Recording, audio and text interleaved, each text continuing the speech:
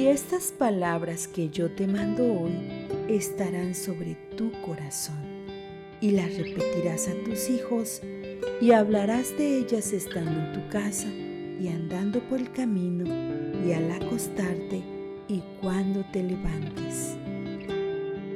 Bienvenido. Es un gusto recibirte en el estudio de la Escuela Sabática En el Crisol con Cristo. Lección 9. Un testimonio convincente. Miércoles 24 de agosto.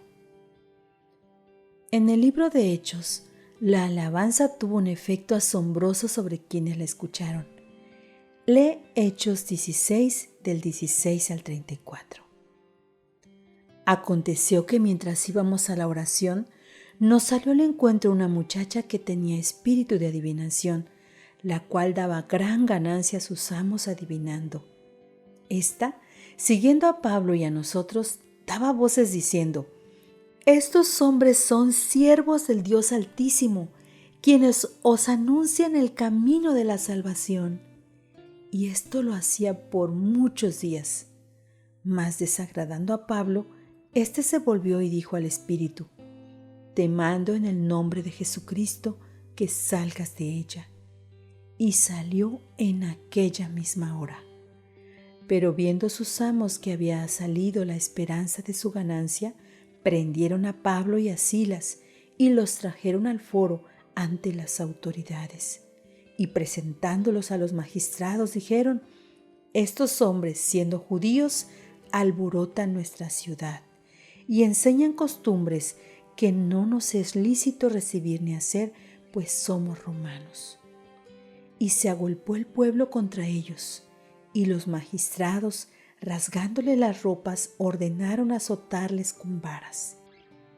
Después de haberles azotado mucho, los echaron en la cárcel, mandando al carcelero que los guardase con seguridad, el cual, recibido este mandato, los metió en el calabozo de más adentro y les aseguró los pies en el cepo. Pero a medianoche, orando Pablo y Silas, cantaban himnos a Dios, y los presos los oían. Entonces sobrevino de repente un gran terremoto, de tal manera que los cimientos de la cárcel se sacudían, y al instante se abrieron todas las puertas, y las cadenas de todos se soltaron. Despertando el carcelero y viendo abiertas las puertas de la cárcel, sacó la espada y se iba a matar, pensando que los presos habían huido. Mas Pablo clamó a gran voz diciendo: «No te hagas ningún mal, pues todos estamos aquí». Él entonces, pidiendo luz, se precipitó adentro y temblando se postró a los pies de Pablo y de Silas, y sacándolos les dijo: «Señores, ¿qué debo hacer para ser salvo?». Ellos dijeron: «Cree en el Señor Jesucristo y serás salvo tú y tu casa». Y le hablaron la palabra del Señor a él y a todos los que estaban en su casa, y él, tomándolos en aquella misma hora de la noche, les lavó las heridas, y enseguida se bautizó él con todos los suyos, y llevándolos a su casa, les puso la mesa, y se regocijó con toda su casa de haber creído a Dios. Después de quitarle la ropa y golpearlos despiadadamente, a Pablo y a Silas los encarcelaron. No hubo nadie que les pusiera ungüento en la espalda magullada y gravemente lacerada.